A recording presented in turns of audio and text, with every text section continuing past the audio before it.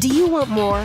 More time, more balance, more love, more sex, more money, more real, and less bullshit? This is the Women Wanting More podcast with Dr. Karen Osborne. Real life, real stories, plus real tips to get you more of what you want.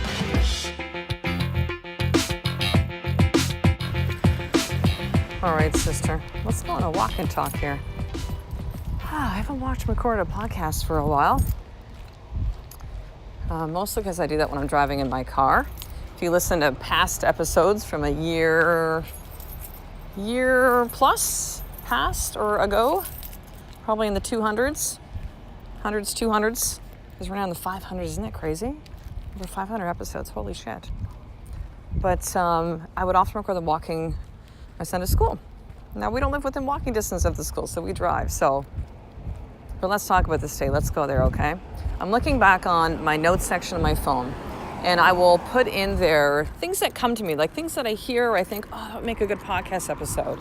So I'll go back to them at times. I rarely draw from it. There's a lot. I was just taking a look, and I'm like, oh, I've done that one, done that one, done that one. I was about to delete it, and then I saw this one, which said, don't censor your soul. And I'm like, ooh, I feel that today. So let's talk about this. My soul has been speaking to me for a while, saying you need to connect with your spirituality. You got to understand what God means for you. And listen, I understand right now, if you're hearing this podcast, you're like, oh my God, here we go, the G word. Like, I would have turned this off 6 months ago, a year ago. I would have turned off this episode and been like, I'm not having this God conversation. You can take your Bible thumping, Jesus freaks, like, no way. But you know what? There's something that kept pulling me in. I was censoring my soul for a number of years with this, I remember reading the books, Conversations with God, which came out in the mid to late 90s. And I remember being enthralled with those books. At the time, there was books 1, 2, and 3.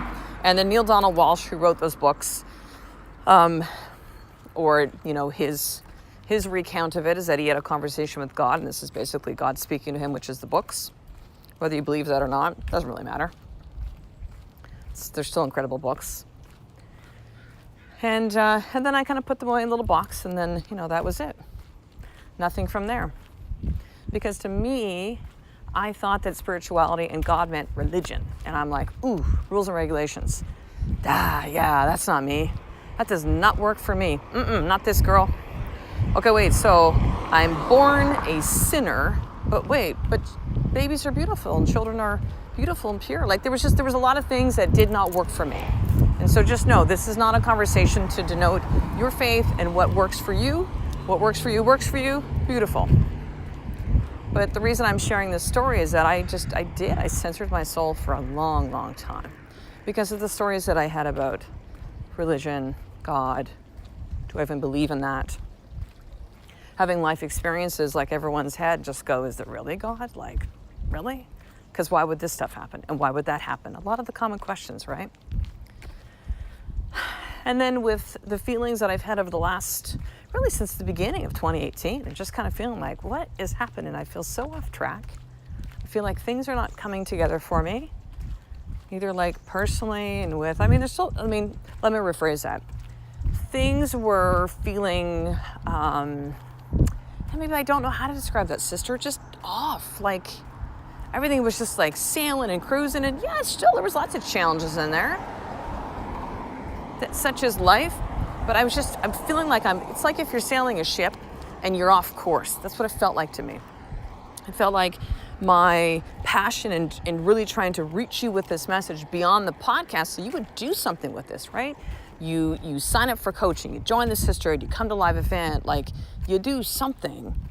I was getting so frustrated and went to a complete place of being like analytical, let me figure this out, and let me hire more coaches, and let me really kind of like understand like this business side, even though marketing is something that's been, even when I was in practice, we were great marketers, and I love that. To me, it's like marketing is about how can I help you find the message?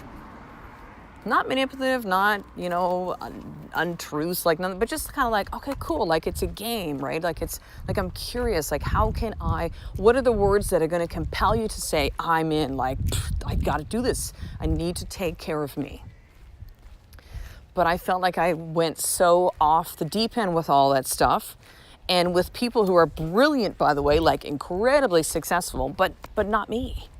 And there's, again, this is not it's a bad thing, but it didn't work. It took me further away from who I was, to the point of like around April or so, and May, just like May, came to a crux with everything when I had this massive injury, and then I couldn't compete in boxing again for the third time with the tournament. Turned 49. I'm sitting there in the emergency room on my birthday going, what the fuck is going on? And I think even prior to that moment, it's like I reread actually Conversations with God, book 1. And I'm like, there's something here. I'm feeling this pull to spirit. Here's the craziest part, okay? Actually, what I'm gonna do is I'm gonna link up in the show notes Evan, who does the podcast. Thank you, Evan. I love and appreciate you, brother. I'm gonna have you link up the episode, or to add this maybe in if I forget when I send you the notes, is an episode I did called Electric Jesus and Jim Carrey. And it is a story. I won't go way into it, so go back and listen to the episode because it's awesome. But the short story of that is that we purchased a print by Jim Carrey, who's, as you know, comedian, actor, artist. One of his limited edition prints. So he has been producing art for a number of years, new to the business of art. And there's one little teeny gallery, and I tell the story of it, that carries his stuff in Lahaina in Maui on Front Street, where we were in January with our family. We go there several times. And we bought one of the prints, and it is called Electric Jesus. Non-religious girl bought a picture, and it's huge, of Jesus. And I remember seeing the documentary about Jim Carrey, and when he was starting to kind of just talk about the art that he was doing and just being like, oh my God. And he talks about the Christ-like eyes and how he sees God. And I was like, oh, that's cool. But like, it's cool. And I was like, again, something kind of like attracted me to it. And now I have a picture of Jesus Christ in my home. It's the most rad one you've ever seen, by the way. If you've not seen it, maybe we'll see if I can get the link for that too, for that documentary with Jim Carrey, because you'll see it in there.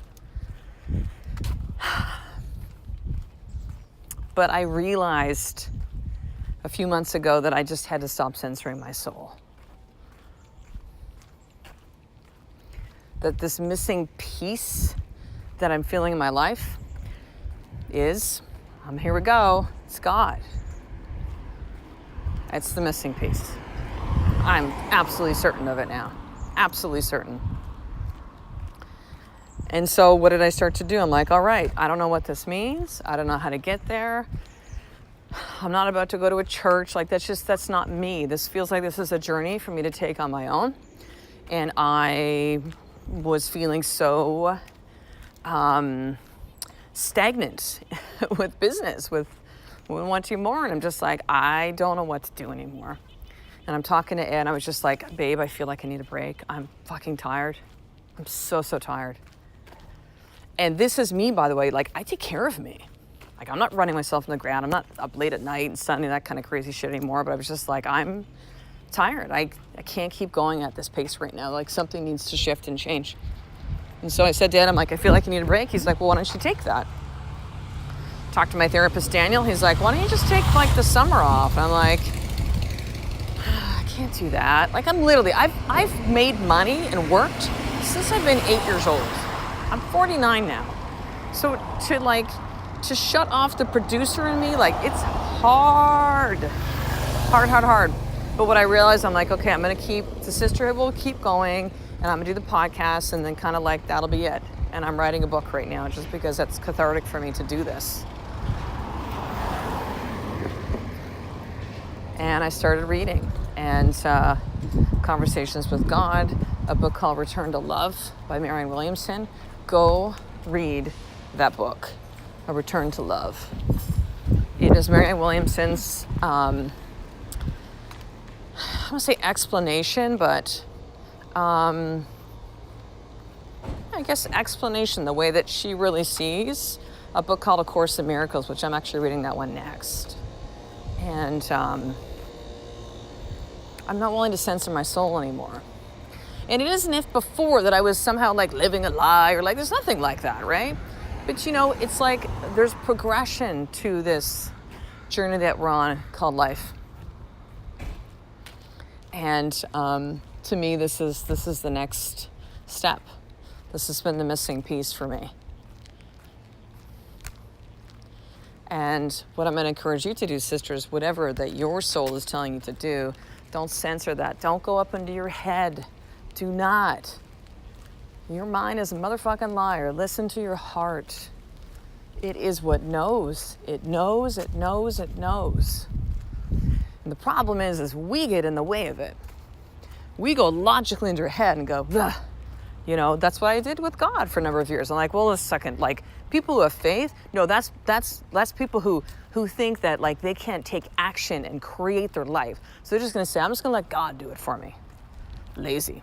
See, these were the thoughts I used to have. Powerless. Let me just relinquish it all to God and I won't have any say in the matter. That's just the way that I saw it back then. I censored my soul. No regrets. Just is.